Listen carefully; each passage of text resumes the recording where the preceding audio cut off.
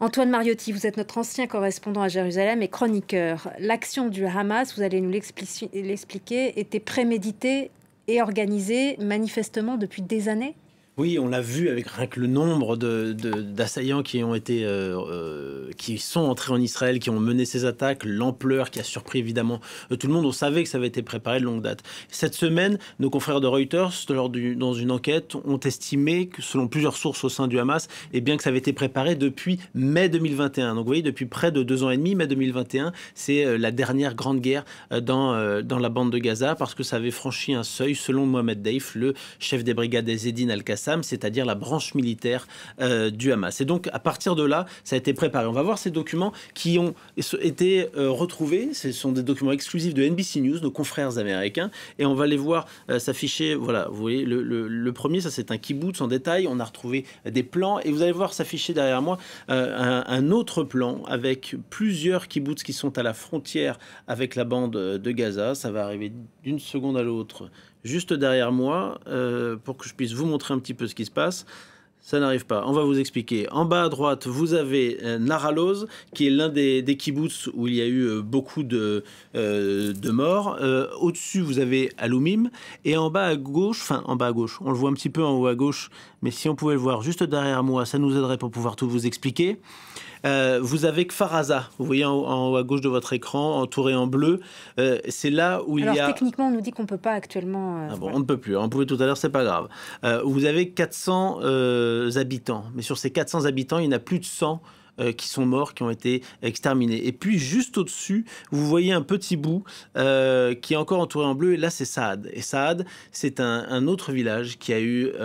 énormément de victimes, et on a d'autres informations qui là vont pouvoir nous permettre de comprendre toute l'organisation finalement du Hamas, parce que sur les corps des assaillants, donc des combattants du Hamas qui ont été retrouvés sur place, qui ont été tués, en les fouillant ensuite, à la fois les secours et évidemment le service de renseignement et l'armée israélienne ont retrouvé des documents.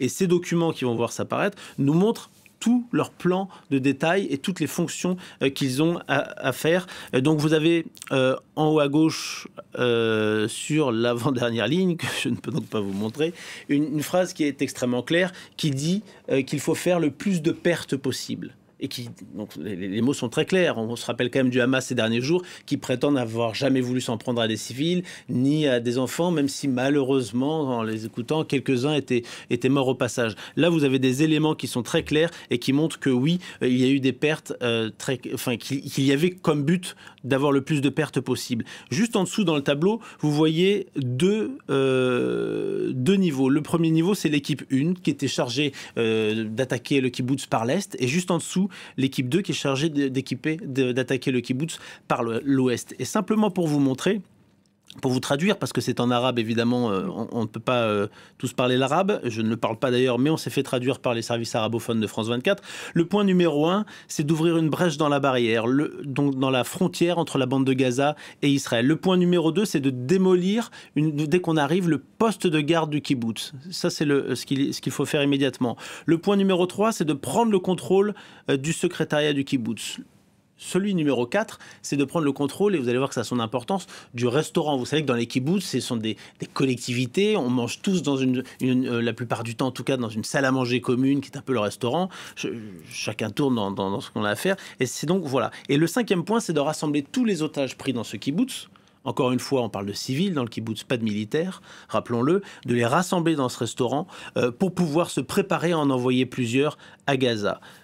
Le point numéro 6 est intéressant, c'est de prendre d'assaut l'école, la nouvelle école qui s'appelle Daet dans ce kibbutz, ce qui montre aussi la volonté très claire du Hamas d'aller chercher des enfants et d'aller chercher des jeunes. Et le point numéro 7, c'est de récupérer toutes les armes des Israéliens qui sont présents dans ce kibbutz et de se préparer pour être en embuscade lorsque les renforts vont arriver. Pendant ce temps-là, l'équipe 2, elle aussi, doit prendre des otages, mais doit les ramener à l'équipe 1 qui doit ensuite ramener ses otages à Gaza. Et puis voilà, donc c'est extrêmement détaillé. Vous avez également le nombre de minutes qui sont utilisées entre le point 0, c'est-à-dire le point de départ de Gaza où ils devaient se retrouver, les routes par lesquelles ils devaient passer dans Gaza, jusqu'où précisément ils devaient attaquer la barrière. Ensuite, il y avait 11 minutes pour arriver pile à ce kibbutz. Tout est extrêmement précis, avec à chaque fois une Jeep, et 4 motos pour chaque équipe et des noms on a les 2 noms d'ailleurs des chefs, Hamza et Abderrahman, des chefs d'équipe. Et donc vous voyez, tout est extrêmement précis et minutieusement préparé. Donc une action, une attaque préméditée, mais avec l'aide de qui? Jusqu'où le régime iranien est-il impliqué? Le régime iranien n'est pas celui qui a commandité ou donné le moindre feu vert à cette attaque. Le Hamas a clairement un soutien depuis des années de l'Iran. Ils ont tous les deux un ennemi commun, c'est Israël. Il y a eu des livraisons d'armes, mais surtout il y a longtemps, parce qu'aujourd'hui il y a tel blocus autour de la bande de Gaza qui est extrêmement compliqué d'y faire entrer quoi que ce soit. Mais en revanche, il y a eu un transfert de savoir-faire au fil des années. Et donc le Hamas sait aujourd'hui parfaitement produire lui-même des milliers de roquettes qu'il fait dans ses hangars, dans ses sous-sols, etc.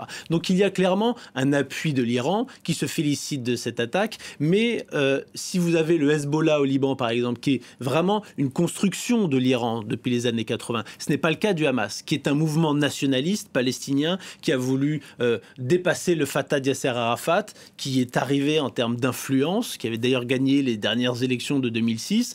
Ils ne sont pas de grandes démocrates pour autant, c'est une dictature, soyons très clairs, il n'y a aucune liberté dans la bande de Gaza. Il n'y en a pas beaucoup plus non plus du côté cisjordanien, en tout cas en termes de liberté de parole. Mais donc voilà, donc il ne faut pas penser que l'Iran contrôle cette attaque et que c'est une attaque de l'Iran. En revanche, il y a un soutien politique, il y a eu un soutien logistique ces dernières années, et même s'il y a eu des rencontres à plusieurs reprises entre des représentants du Hamas, du Hezbollah, de l'Iran, comme le disait Jean-Louis Paloméros, oui, visiblement, ils ne le savaient pas à ce point-là, et même les chefs politiques du Hamas, les grands chefs, Ismail Haniyeh, qui donc eux sont au Qatar au chaud, si vous me permettez cette expression, étaient au courant qu'il allait se passer quelque chose sans avoir les détails du tout de l'opération. En tout cas, il s'agit d'une faillite de ceux qui ont été informés côté israélien et qui n'ont rien décidé. Où est la faille et comment s'explique une telle faillite? Alors, il y a plusieurs failles. Il y a évidemment celle du renseignement, et on va le développer. Il y a celle de l'armée qui n'a pas su réagir une fois que l'assaut a commencé. Et puis, il y a une faille du gouvernement qui a aussi choisi d'envoyer un grand nombre de militaires en Cisjordanie plutôt qu'aux portes de la bande de Gaza.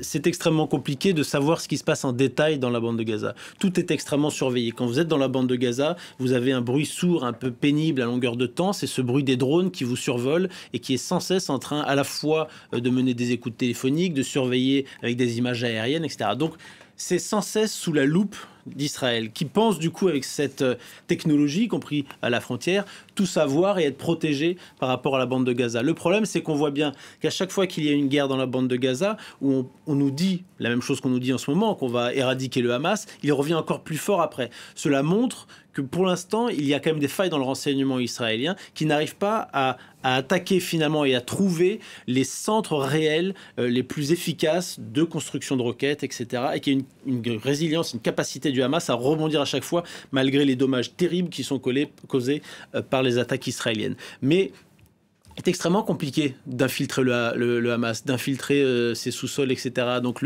Israël le fait avec des moyens technologiques, a certes des agents qui peuvent être infiltrés. Sont-ils à donner les réelles informations? Sont-ils agents doubles un peu au service du Hamas? Tout est possible, ce sont des éléments qui étaient donnés par l'ancien de la CIA. Donc c'est extrêmement compliqué, mais on a entendu en tout cas les Égyptiens dire, c'est le média Axios américain qui avait le premier sorti cette information, que le ministre égyptien du renseignement avait prévenu en personne Benyamin Netanyahou une quinzaine de jours avant ces attaques en disant il va se passer quelque chose de grave dans la bande de Gaza. On l'a entendu. Confirmé par des élus républicains américains. Par des sénateurs notamment républicains. Donc il faut voir s'ils ont été briefés par la CIA ou autres, ces sénateurs. Il faudrait savoir quelle est leur source d'information. Mais en tout cas, que ça n'avait pas été pris suffisamment au sérieux. Ça nous rappelle tragiquement la guerre de Kippour, où il y avait des informations qui n'avaient pas été prises au sérieux par Golda Meir, qui était la première ministre à l'époque. Merci.